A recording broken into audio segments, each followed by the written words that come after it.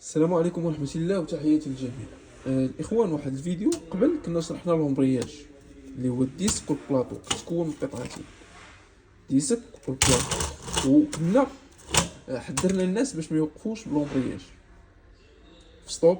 فاش نوقف حيد رجع للومبرياج، باش نوريك اللومبرياج والفيتاس دايز وانا واقف في ستوب ولا في زحام، ولا المهم كضطر انك توقف واحد المده، ضروري دير بامور الطوموبيل وتحيد رجلك على اللومبرياج كنستعملوها الا بغينا نوقفو. ها انت شنو كيوقع فاش كتبقى واقف باللومبرياج، ها انت شنو كيوقع للديسك.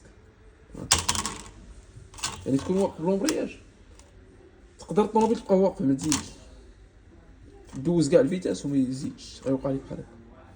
يعني الكارنيتور ديال الديسك، هاد لي ريفي اللي شادين الكارنيتور ديال الديسك كيتحكوا مع الديسك مع البلاطو والفولوم، وكيتحيد هاد الكارنيتور. يعني الديسك كيولي يدور في الخوا.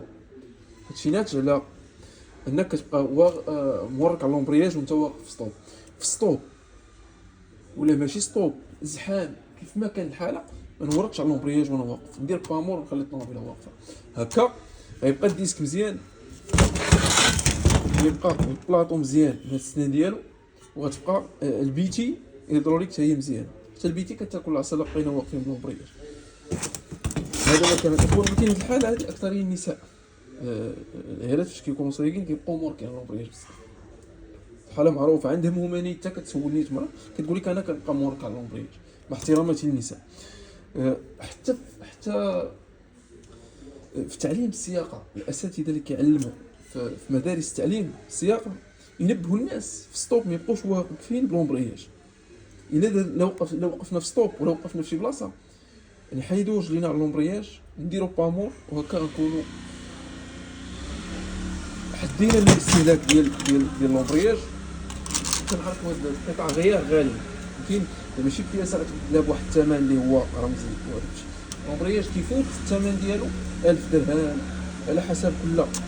على حسب الكاليتي ديالو، فهمتيني. يعني القطع الغيار اللي غاليه كاين طريقه باش نحدوا من الاستهلاك ديالها، وكنكونوا وفرنا علينا واحد شويه. هذا ما كان الاخوان، وتحياتي لكم. واللي شاف الفيديوهات ديالنا يدير لنا لايك، يدير لنا ابوني، وتحياتي للجميع.